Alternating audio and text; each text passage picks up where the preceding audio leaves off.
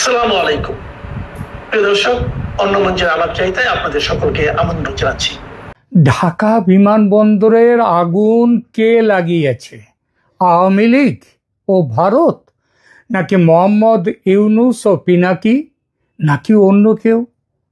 বুঝতেই পারছি আজকের এখনকার এই প্রতিবেদনের হেডিং বা থাম্বনেল দেখে অনেকের চোখ কপালে উঠে গেছে। কপালে ওঠার কারণ আওয়ামী লীগ ও ভারতের নাম নয়, পরের নাম দুটো। সেটা হলো মোহাম্মদ ইউনূস এবং পিনাকি ভট্টাচার্য। আমার মন গড়া কথা কিন্তু নয়, এই প্রশ্ন কিন্তু সত্যিই উঠেছে। কেন উঠেছে তা একেবারে সূত্র উল্লেখ করে বলবো, এবং যাহা বলিব সত্য বলিব, সত্য বই মিথ্যা বলিব না। তবে এই প্রসঙ্গে যাওয়ার আগে ঘটনার ছোট্ট একটু বিবরণ না দিলে অন্যায় হয়। গতকাল 18ই অক্টোবর দুপুর বা বিকেল যেটাই বলেন না কেন, 2টো নাগাদ গেট নম্বর 8-এর কাছে কার্গো ভিলেজ এলাকায় আগুন লাগে, যেখানে আমদানি করা মানে কার্গো ভিলেজের একটা আমদানির জন্য একটা অংশ আছে, একটা জায়গা আছে, আবার মানে বিল্ডিং, আবার রপ্তানির জন্য আলাদা কার্গো ভিলেজ, তার আলাদা জায়গা আছে। তো আগুনটা লাগছে কার্গো ভিলেজ এলাকায়, ওই আমদানি যেখানে করা হয়, মানে আমদানির পণ্য যেখানে রাখা হয়ে থাকে।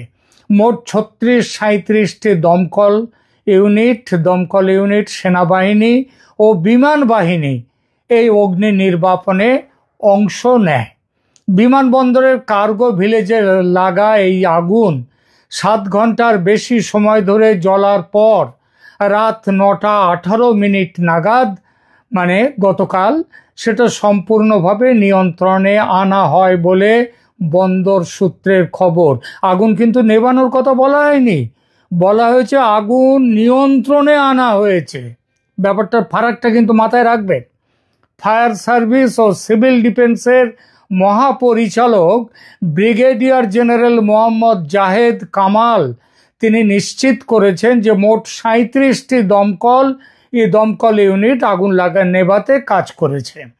আগুন নিয়ন্ত্রণে আসে রাত 9:06, মানে নিয়ন্ত্রণে আসার পর 9:06 প্রথম বিমানবন্দর থেকে ছাড়ে বা ফ্লাইট অপারেশন আবার চালু হয়। তবে আগুন নিয়ন্ত্রণে এলেও পুরো নিভে যায়নি, আগেই বলেছি। পরদিন মানে আজ সকাল 9টাতেও কার্গো ভিলেজ থেকে ধোঁয়া বের হচ্ছে বলে খবর পাওয়া গেছে। আগুন শুধুমাত্র আমদানি কার্গো বিভাগে সীমাবদ্ধ ছিল, রপ্তানি কার্গো এলাকা অক্ষত। এবার আসি ক্ষয়ক্ষতির প্রসঙ্গে দুটো কথায়। একটা স্বস্তির কথা, একটা হলো যে কোনো প্রাণহানি হয়নি, যদিও আহত হয়েছেন অন্তত 35 জন। এই 35 জনের মধ্যে 25 জন হচ্ছে হতভাগ্য আনসার বাহিনীর সদস্য। তারা সব জায়গাতেই আগে যেতে হয় তাদের, অথচ মারও খায় তারা। এবং 10 জন পুলিশ বাহিনীর লোক। এই 35 জন কমপক্ষে আহত হয়েছেন খবর পাওয়া যাচ্ছে। আহতদের চিকিৎসার জন্য কম্বাইন্ড মিলিটারি হাসপাতাল এবং কুর্মিটোলা জেনারেল হাসপাতালে নিয়ে যাওয়া হয়। কয়েকজনের অবস্থা আশঙ্কাজনক, তবে এখনো পর্যন্ত কোনো মৃত্যুর খবর নেই। এইবার আর্থিক ক্ষয়ক্ষতি প্রসঙ্গে দুটো কথা। International air express association of বাংলাদেশের সভাপতি কবির আহমেদ খান জানিয়েছেন যে এই আগুনে সরাসরি মানে প্রত্যক্ষ এবং পরোক্ষ এই দুই দিক মিলিয়ে মোট ক্ষতির পরিমাণ 1 বিলিয়ন, মানে তার সহজ হচ্ছে 100 কোটি, আর সেটা বাংলাদেশি টাকাতে ওই 1 বিলিয়ন মার্কিন ডলারের, তার মূল্য হচ্ছে প্রায় 12,214 কোটি টাকা। এই পরিমাণ টাকার ক্ষতি হয়েছে, এটা মনে করা যেতে পারে, এর থেকে কিছু বেশিও হতে পারে। আর ক্ষতিগ্রস্ত হয়েছে কোন ধরনের পণ্য? কার্গো ভিলেজে যেসব পণ্য পুড়ে গেছে তার মধ্যে রয়েছে তৈরি পোশাক, মূলত চীন থেকে আসা পোশাক। বাংলাদেশ শুধু কিন্তু পোশাক রপ্তানি করে না, রেডিমেড পোশাক আমদানিও করে। এই আমদানিটা দু রকমের হয়, একটা হচ্ছে চীন থেকে আসে কিছু পোশাক, আর একটা জিনিস হচ্ছে সেটা হচ্ছে বিভিন্ন দেশ থেকে তারা পাঠিয়ে দেয় কি ধরনের পোশাক বানাতে হবে তার নিয়ম হিসেবে নির্দেশনা দিয়ে কিছু পোশাক পাঠিয়ে দেয়, সেগুলো নষ্ট হয়েছে। রেডিমেড গার্মেন্টস তৈরির যে কাঁচামাল, যেমন বোতাম, জিপার, ফ্যাব্রিক, এসবগুলো বিদেশ থেকে আমদানি করতে হয়, সেগুলো হয়েছে। এরপরে ইলেকট্রনিক্স পণ্য, যন্ত্রপাতি ও মেশিনারি পার্টস ক্ষতি হয়েছে। বস্ত্রশিল্পে ব্যবহারের জন্য যে রাসায়নিক পদার্থ নিয়ে আসা হয়, সেগুলো ক্ষতি হয়েছে বিশাল, এবং বলা হচ্ছে এই রাসায়নিক পদার্থ থেকেই আগুন লেগেছে। এছাড়া mobile cover, light accessories cargo ভিলেজে আমদানির অপেক্ষায় থাকা এবং কাস্টমস ক্লিয়ারেন্সের জন্যে রাখা হয়েছে শত শত টন পণ্য, যেটা বিদেশ থেকে আনা হয়েছে ভারতে, এই বাংলাদেশে, সেই পণ্যগুলো নষ্ট হয়েছে। আচ্ছা, এইবার হয়ে গেল। এইবার বলি ঢাকা বিমানবন্দরের এই অগ্নিকাণ্ডের আগে একবার তাকিয়ে দেখি পৃথিবীর অন্যান্য দেশে কি ধরনের ভয়াবহ অগ্নিকাণ্ড বলতে যেটা ঘটনা, সেটা কীরকম। দেখুন, প্রাণহানির দিক দিয়ে যে বিমানবন্দরের অগ্নিকাণ্ড সব থেকে ভয়ঙ্কর, সেটা হলো 1996 সালে জার্মানির ডুসেলডর্ফ বিমানবন্দরের অগ্নিকাণ্ড, যেখানে 17 জন মানুষ পুড়ে মারা যায় এবং প্রায় 100-র মতো মানুষ মারাত্মক আহত হয়। ঢাকা বিমানবন্দরে গতকালের আগুন হতাহতের বিচারে ভয়ঙ্কর নয় অবশ্যই, কারণ বলেছি যে সেখানে 35 জনের মতো আহত প্রাথমিকভাবে।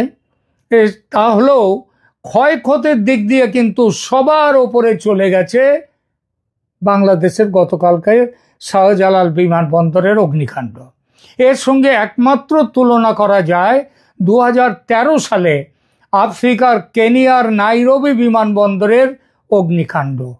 ঢাকা বিমানবন্দরের আর্থিক ক্ষতির পরিমাণ আগেই বলেছি $1 বিলিয়ন, 12,000-12,500 কোটি টাকার কাছাকাছি। এইবার আসি আমাদের মূল প্রসঙ্গটিতে। আগুন লাগলো নাকি কেউ লাগালো? সরকার তদন্ত কমিটি বসিয়েছে, 5 দিনের মধ্যে রিপোর্ট দেবে এই কমিটি। সেই রিপোর্ট তৈরি হবে কার মুখের দিকে তাকিয়ে, মানে কার মুখ চেয়ে, কাকে বাঁচানোর জন্যে, কার নির্দেশে।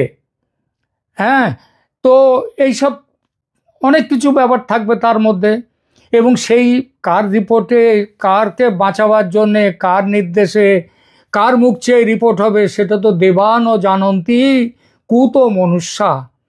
কারণ এসব কমিশন সম্পর্কে একটি সাধারণ কথা আছে, সেটা হলো কমিশন তদন্তের জন্য, সত্য উদ্ঘাটনের তদন্তের জন্য কখনো কমিশন বসানো হয় না। কমিশন বসানো হয় সত্যকে মেরে ফেলতে, সত্যকে ধামাচাপা দেওয়ার জন্যে।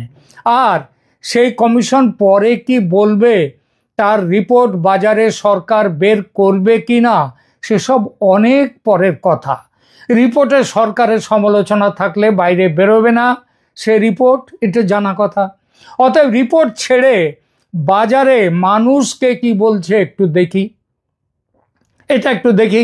আমার বিশ্বাস এইভাবে আমার এই চ্যানেল ছাড়া অন্য কোনো চ্যানেলে এই জিনিসটা পাবেন না।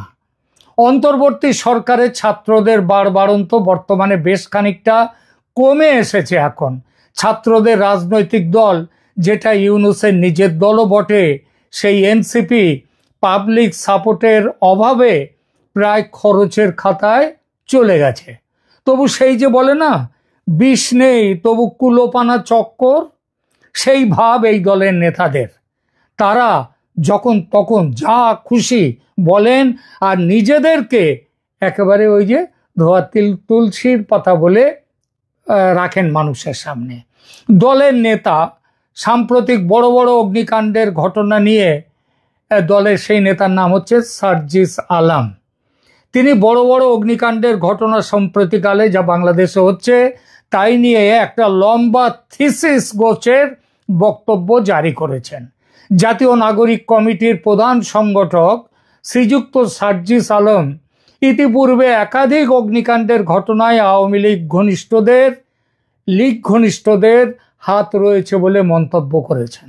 2024 সালে একটু পেছনের দিকে যান, ডিসেম্বরে সচিবালয়ে ভয়ঙ্কর অগ্নিকাণ্ড হলো, সব পুড়ে গেল। তারপর তিনি বলেছিলেন যে এটি একটি পরিকল্পিত ষড়যন্ত্র এবং শেখ হাসিনার এজেন্টরা বিভিন্ন দুর্নীতি ও অপরাধের নথিপত্র নষ্ট করার জন্য এই আগুন লাগিয়েছে। আচ্ছা, তার তো একটা কমিশন বসেছিল, সেই কমিশন কি রিপোর্ট দিয়েছে?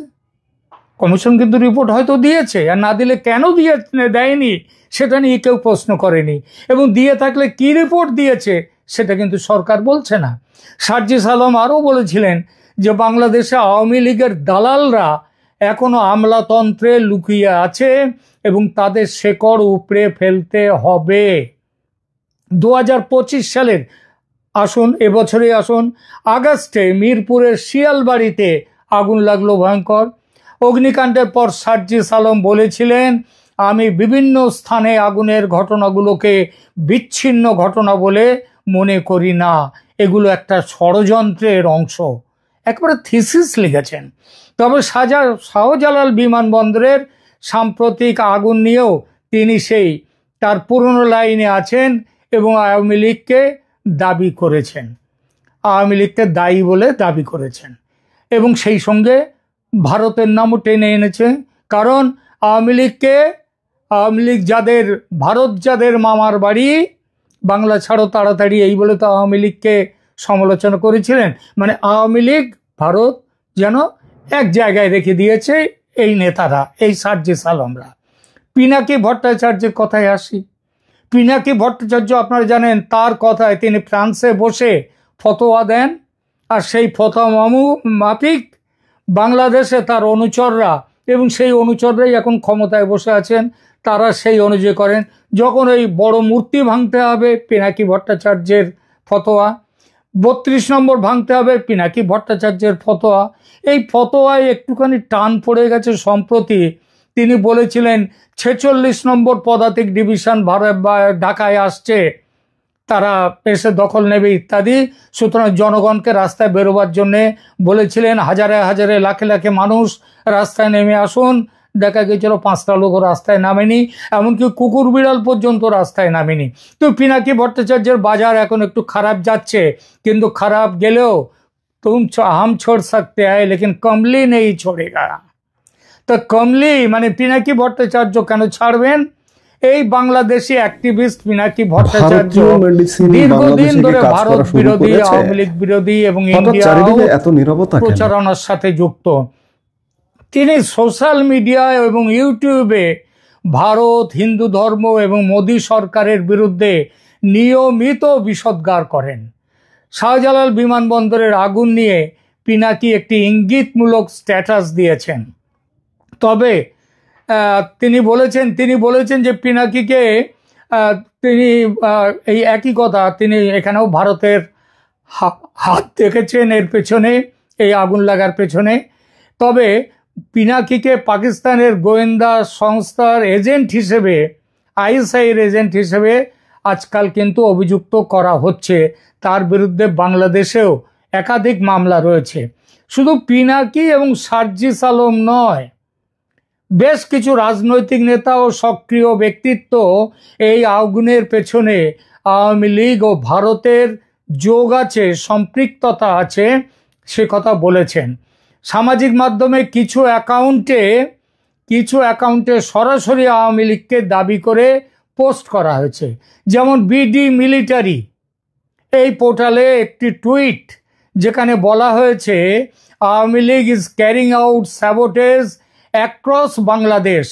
Their latest target was the cargo village at the international airport in Dhaka.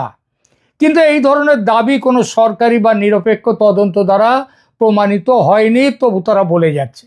তো তাদের কথা যখন বললাম, এবং হ্যাঁ, এখানে ভারতীয় গোয়েন্দা সংস্থার আপনারা জানেন যে 4 জন কর্তা তারা ঢাকা সফর করেছেন, অক্টোবরের 14 থেকে 16 তারিখে বাংলাদেশে ছিলেন, এবং তারা সব মিলিটারি ইন্টেলিজেন্স ভারতীয় বাহিনীর তার অংশ।